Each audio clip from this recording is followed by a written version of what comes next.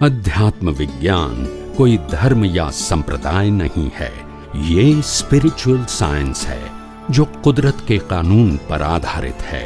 ये विज्ञान पूरे ब्रह्मांड के सभी रहस्यों को उजागर करता है और जीवन के सभी पहलुओं को समझने के लिए एक नई दृष्टि देता है।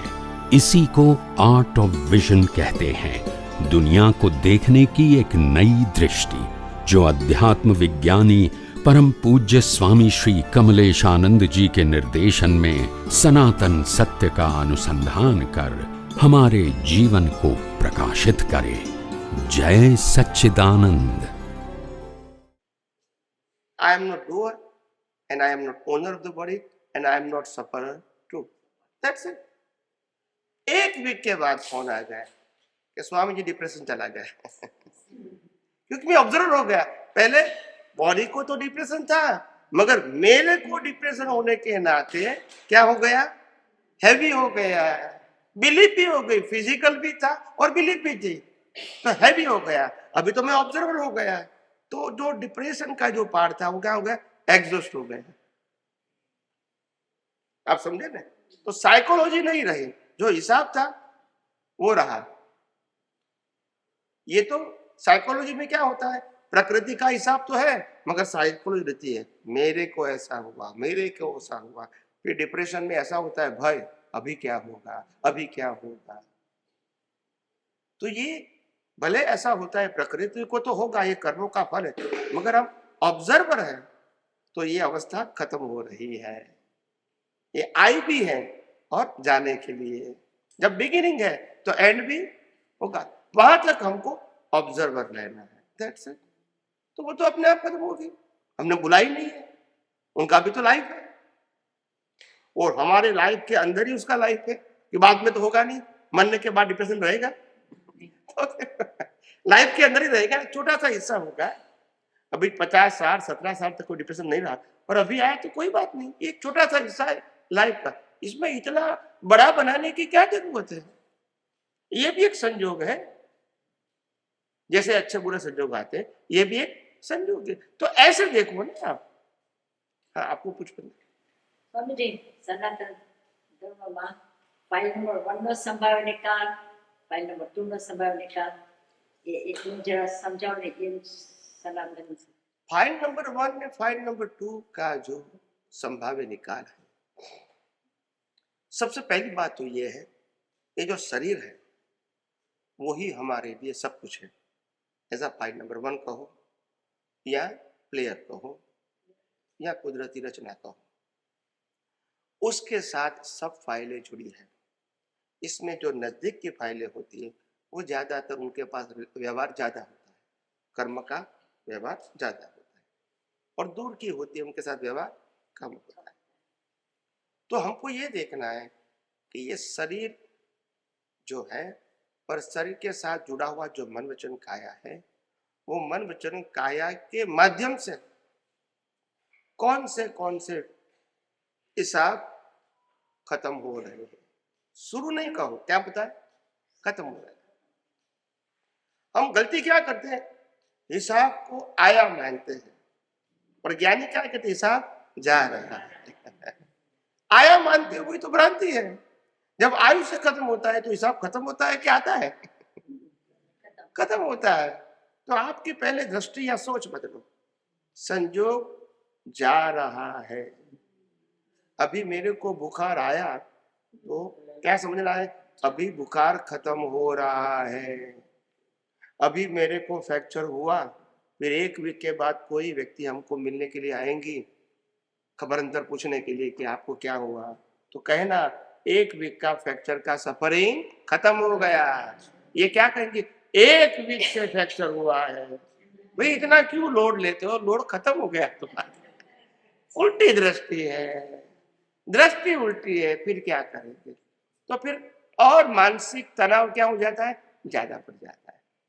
अज्ञानता क्या बताए, फाइल नंबर 2 નો સંભાવ્ય तो फाइल फाइल नंबर 1 2 3 4 वो दादा भगवान ने संभाव्य निकाल करने के लिए बताई है। हमको इसमें डीप में नहीं जाना है, हमको जाना है कि यह शरीर है और शरीर जो है वो प्लेयर है, और प्लेयर के साथ सबका हिसाब है, चाहे इसको 1 2 3 4 कहो, जो भी कहो, ये प्लेयर है और बाकी सब भी क्या है, प्लेयर है। एक प्लेयर का दूसरे प्लेयर के साथ जो हिसाब होगा कुदरत संजोग देगी और हिसाब खत्म होगा, और जब सब हिसाब खत्म हो जाएगा तो प्लेयर का भी एंड हो जाएगा। तो इसीलिए हमको और ज्यादा डिटेलिंग की जरूरत नहीं है। फिर क्या कंफ्यूज हो जाते हैं, ये मेरी भारे फाइल है, लाइट फाइल है, इट्स ओके, इट्स ओके। एक नॉर्मल समझने के लिए हम इसको अभी ऊपर जाना है। ये एक स्टैंडर्ड था ऑन बिगिनिंग स्टेज, वो हमारे लिए हेल्पफुल था। अभी ये जरूरी नहीं है, अभी डिटेलिंग जरूरी नहीं है, 1 2 3 4 जरूरत नहीं। ये भी और ये सब सब क्या है हमारे लिए, फाइल है, कुदरती रचना। कुदरती रचना। और हम सभी फाइलों के ऑब्जर्वर हैं, नो डिटेलिंग ऑफ 1 2 3 4, क्योंकि ये भी प्लेयर कुदरत का है और ये सब प्लेयर भी कुदरत का है। ये भी प्लेयर का ऑपरेशन कुदरत का है, ये सभी प्लेयर का ऑपरेशन और करता ऑपरेट कुदरत करता है। फिर क्यों हम इसको डिवाइड करें? In a primary stage as a step it is correct, अभी जरूरत नहीं है। जब व्हेन यू गो बियॉन्ड तो फिर पार्शियल स्टैंडर्ड की जरूरत नहीं है। वो स्टेप के हिसाब से हमको हेल्पफुल था एंड इट इज गुड, जो हमको यहाँ से यहाँ तक लाए, तो वो हेल्पफुल है। मगर अभी काम का है, तो फिर ये तो लिफ्ट हमको फिफ्थ फ्लोर पे ले जाएंगे, फिर हम लिफ्ट की आरती उतारेंगे, फिर तुम हमको ऊपर लाए, फिर उनका रोल खत्म हो गया। अभी फर्स्ट फ्लोर में क्या करना है वो का रोल है, उनका रोल था, इट इज ओके, उसको डिग्रेड नहीं करते। मगर एक रोल खत्म हो गया, अभी दूसरा रोल, अभी तीसरा, तो ये स्टेप होता है। ऐसे डेवलपमेंट भी क्या होता है, स्टेप। हमको स्कूल कॉलेज में कैसे मालूम होता है कि हम 5वीं कक्षा में पास होते फिर 6ठी कक्षा में जाते, क्यों? प्रोग्रेस के लिए। मगर कब जा सकते हैं? जब 5th स्टैंडर्ड टीचर किताब सब छोड़ेंगे तब। तो क्या है, इंसल्ट है?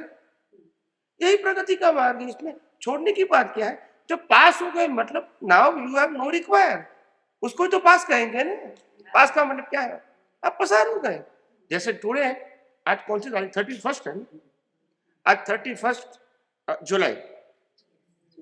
जुलाई है, तो 13 जुलाई 2023, और उसके पहले समय के लिए हम we all are expired. Yes, फिर इसके लिए क्यों सोचे पहले क्या हुआ था, पहले क्या हुआ? भाई मुर्दे को क्यों जिंदा करते हो?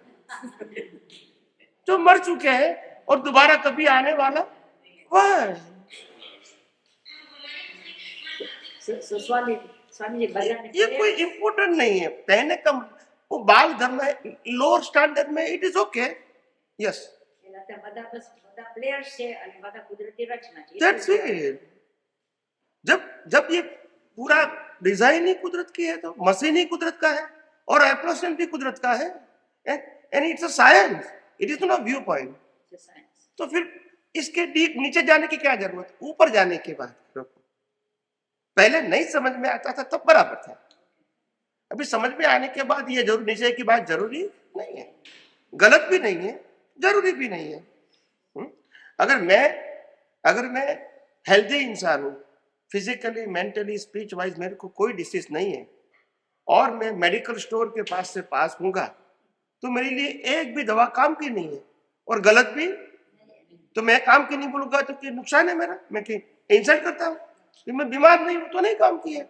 मगर मैं ये नहीं कहता हूं कि दवा गलत है, जो बीमार है उनके लिए सही है, मगर मैं नहीं बीमार हूं तो जरूरत भी नहीं है। ऐसी बात है। जब जो स्टैंडर्ड में था उस समय वो स्टैंडर्ड की बात जरूरी थी, अभी पास हो गए, अभी वो स्टैंडर्ड की जरूरत नहीं है। अभी जो जगह पे है उसको ज्ञान जानने की जरूरत है, इसका यूज करने की जरूरत है, इसकी अवेयरनेस की जरूरत है। पिछले स्टैंडर्ड की क्या जरूरत है? जब पिछले स्टैंडर्ड को बार बार याद करोगे फिर मॉनिटर बनोगे, प्रगति नहीं। સવાલનું કન્ટિન્યુએશન કરું છું। આમાં શું થાય છે, અમે વાત કરતા હતા એ પહેલા કે ફાઇલ નંબર 1 અને 2 હોય અને ફાઇલ નંબર 2 ને હવે સત્સંગમાં નથી આવું, દાખલા તરીકે કાં તો કંઈક બીજું કરવું છે, તો આપણે એમ ઠસાવું ચાલી કે આપણે નીકળી આવી then you feel guilty, તો પછી how do you handle that? કોઈ কিছু કરવાની જરૂર નહીં। जो एक बात ध्यान रखो, हमको अगर थोड़ा फीलिंग होता है ऐसा रिलेटिव हो, तो परमात्मा को कहो, हे परमात्मा उनको सद्बुद्धि दो और हमको समझाओ से निपटारा करने की शक्ति दो। अगर ज्यादा पजल होता है तो, और पजल नहीं होता है तो ये दोनों संजोग को कुदरती रत्ना मान खत्म कर दो। मगर नहीं रहता है, अंदर चुन चुन होता है, तो फिर ये कर ऑप्शन, ये ऑप्शन है, ऑप्शन समझते हैं। नेगेटिव सोचने की बिल्कुल जरूरत नहीं, बिल्कुल कभी भी नहीं, और किसी के भी नहीं। पॉजिटिव सोचो कि हे परमात्मा उनको सद्बुद्धि दो और हमको उनके साथ संभाव से निपटारा करने की शक्ति दो, खत्म हो गई। और सी एस कुदरती रचना। हाँ, नहीं कुदरती रत्ना देखते हैं तो फिर ये जरूरत नहीं है। या ये तो कुदरती रत्ना देखते देखते भी डाइजेस्ट नहीं होता है, तो ये सब्स्टिट्यूट है, ओके सब्स्टिट्यूट है। यस यस, आपको कुदरत देखने भी नहीं देता है वो, हाँ तो फिर आपको ये प्रयोग करने का है। मतलब इन अ सेंस सेकंड स्टेप में क्या है कि कम से कम नेगेटिव तो अपने और सामने वाले के लिए सोचना नहीं, दोनों के लिए अच्छा सोचो, उनके लिए भी और हमारे लिए भी। एक भी व्यक्ति के लिए नेगेटिव सोचने की जरूरत बिल्कुल नहीं। सेकंड स्टेप में भी तो जनरली क्या होता है, नेगेटिव हो जाता है कि मैं इतना प्रयास करता हूं, वो क्यों नहीं समझते, नेगेटिव हो जाता है। मगर ऐसा नहीं होना चाहिए, नहीं होना चाहिए। अंत में तो कुदरती रचना ही है, क्या करो। विचार और कर्म बन से कोई मतलब नहीं, वो तो डिस्चार्ज थी, मन वचन काया तीनों डिस्चार्ज। भाव कभी भी कर सकते हैं, अगर माइंड स्पीच एक्शन तीनों इनएक्टिव है फिर भी आप भाव कर सकते हैं। भाव जो लाइव अंतस्करण या लाइव ईगो है या प्रतिष्ठित आत्मा जिसको हम कहते हैं सेकंड नेम, वो तो लाइव होता है। अगर शरीर कुछ भी नहीं करता है, शरीर सो भी गया है, तो भी वो कर्म कर सकते हैं। Mind speech and action all the three parts are inactive, still live प्रतिष्ठित आत्मा is doing the पुरुषार्थ। क्योंकि लाइव प्रतिष्ठित आत्मा फिजिकल फॉर्म में न होने से और डायरेक्ट फिजिकल के साथ कनेक्शन न होने से वो कभी सोता ही नहीं। मगर जो डिस्चार्ज अंतस्करण है वो सो जाएगा, connected with the physical body. Live अंतस्करण सोता है, रात को भी नींद में कर्म आता है और इसका फल भी सपने में ही आता है। Anyway, फिर आपने एक बात प्रश्न किया, भाव करने की क्या जरूरत है। देखो, भाव करने की वैसे कोई जरूरत नहीं है, मगर भाव से कर्म बनता है, वो मैंने साइंस बताया। आपको क्या भाव करना है वो मैंने नहीं बताया, मगर मैंने कर्म कैसे बंद होता है उसका साइंस बताया कि कर्म मन वचन काया की क्रिया से नहीं बनता है, कर्म भाव से बनता है, इसका साइंस बताया। आपको भाव क्या करना है वो तो मैंने बताया ही नहीं। हम और हमारा आध्यात्म में हमने कहा है अगर भाव करना, वैसे तो हमको कुदरती रचना ही देखना है, पूरे विश्व को कुदरती कानून और कुदरती रचना से ही देखना है, उसके अलावा और कोई भाव की आवश्यकता नहीं है। अगर ये रहता है तो इसी से ही केवल दर्शन होगा, मगर ऐसा हमको परमानेंटली नहीं या कंटिन्यूअस नहीं रहता है।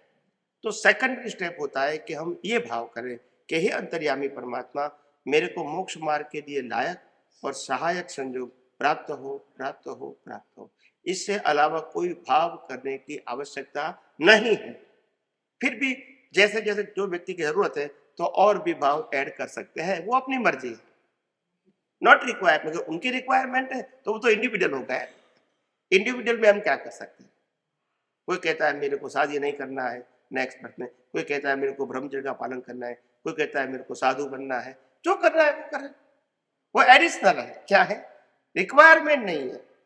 बाकी तो इंडिविजुअल में जिसको जो भाव करना है, मैंने कहा ना, कोई कहता है मेरे को महादेव क्षेत्र जाना है, सिमंदर स्वामी का दर्शन करना है, ऐसे भी भाव कर सकते हैं, मगर ये रिक्वायरमेंट नहीं है। आप समझो, मोक्ष के लिए केवल दर्शन और केवल ज्ञान के लिए रिक्वायरमेंट नहीं है, आपकी जरूरत है तो आप कर सकते हैं। रिक्वायरमेंट तो ये है, if you are qualified for the keval gyan, nature will provide you all the circumstances subject to keval gyan. फिर वो सतयुग भी ले जाएगा, तीर्थंकर का दर्शन भी करवाएगा, ये उनकी ड्यूटी है, हमारी नहीं है। इसीलिए नॉट रिक्वायर्ड एनी एडिशनल भाव, अगर आपको मुक्ति पाना है तो। मगर नीचे उतरना है तो फिर कोई भी भाव कर सकते हैं, वो डिपेंड ऑन इंडिविजुअल। इसमें हम क्या कर सकते हैं, जरूरत नहीं है। मैंने कहा हम जब राक्षसी कर्म करेंगे तो नरक गति का बॉडी, नरक गति के हर संजोग और नरक गति का लाइफ भी कुदरत प्रोवाइड करेंगी विदाउट अवर चॉइस। यस और नो? जब क्वालिफाइड हो तो दिलाएगा ही।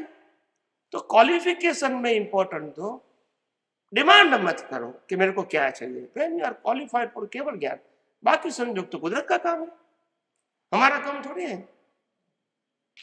क्वालिफाइड है तो रिजल्ट देने का काम किसका है? कुदरत का है। हम क्वालिफाइड नहीं होंगे फिर कहते हम महाविद्या क्षेत्र जाएंगे, सिमंदर स्वामी का दर्शन करेंगे। तो दादा भगवान ने कहा तो कहीं हम तीर्थंकरों की सभा में बैठ के आए, फिर भी यहाँ क्यों है? फिर भी यहाँ क्यों है? अगर तीर्थंकर के दर्शन से ही मुक्ति होती और शक्ति से ही, सतयुग से ही मुक्ति होती तो हम तो बहुत बार सतयुग में भी और तीर्थंकर को मिल के आए, फिर भी यहाँ क्यों है? क्योंकि हम क्वालिफाइड नहीं थे। तो इंपॉर्टेंट अभी स्थान या व्यक्ति को मत दो, क्वालिफिकेशन। जो होना था वो हो चुका, ठीक है, is okay at the primary level. अभी आपको समझना है अगर क्वालिफिकेशन होगी तो कुदरत को सभी संयोग देना पड़ेगा। अगर मैं तीर्थंकर का बीज डालूंगा तो तीर्थंकर के पद को देना ये कुदरत का काम है। This is not my requirement. अगर मेरी क्वालिफिकेशन तीर्थंकर पद की है तो तीर्थंकर पद, माँ बाप, सब संयोग कुदरत देगी, हमको मांगने की जरूरत नहीं है। As per the qualification. अगर मैं राजा बना तो मेरे सेवक बहुत सारे मिलेंगे, सिपाही ये वगैरह सब कुछ मेरे को मिलेगा, वो बाय प्रोडक्ट में। जब मेरे को राजा बनाया तो बाकी सब तो मिलेगा ही ना, ऐसा है। मगर qualification is most important, demand is not important. आप समझे? और कई लोग मेरे को कहते हैं कि स्वामी जी अगर हमारा तो लास्ट बर्थ नहीं है, अभी तो हमारा बर्थ होने वाला है, तो हम अगर पुण्य नहीं करेंगे तो हम तो फिर हमारा नेक्स्ट लाइफ खराब भी हो सकता है, क्योंकि आप पाप पुण्य की तो बात नहीं करते हैं। यस और नो? तो मैंने कहा जो दृष्टिकोण से आप पाप पुण्य का बंद करते हो ये तो रिलेटिव सत्य है, बिलीफ है आपकी, और इसका फल भी रिलेटिव सत्य है। मगर जब आप सभी प्रकृतियों में परमात्मा देखते हैं और अपने खुद को भी परमात्मा मानते हैं, आप समझे ना, तो ये मोक्ष मार्ग के लिए लायक और सहायक संयोग बनता है। सभी प्रकृति, इनके साथ सभी प्रकृतियों को अकर्ता देखते हैं, तभी वो मोक्ष मार्ग के लिए लायक और सहायक संयोग बनेंगे।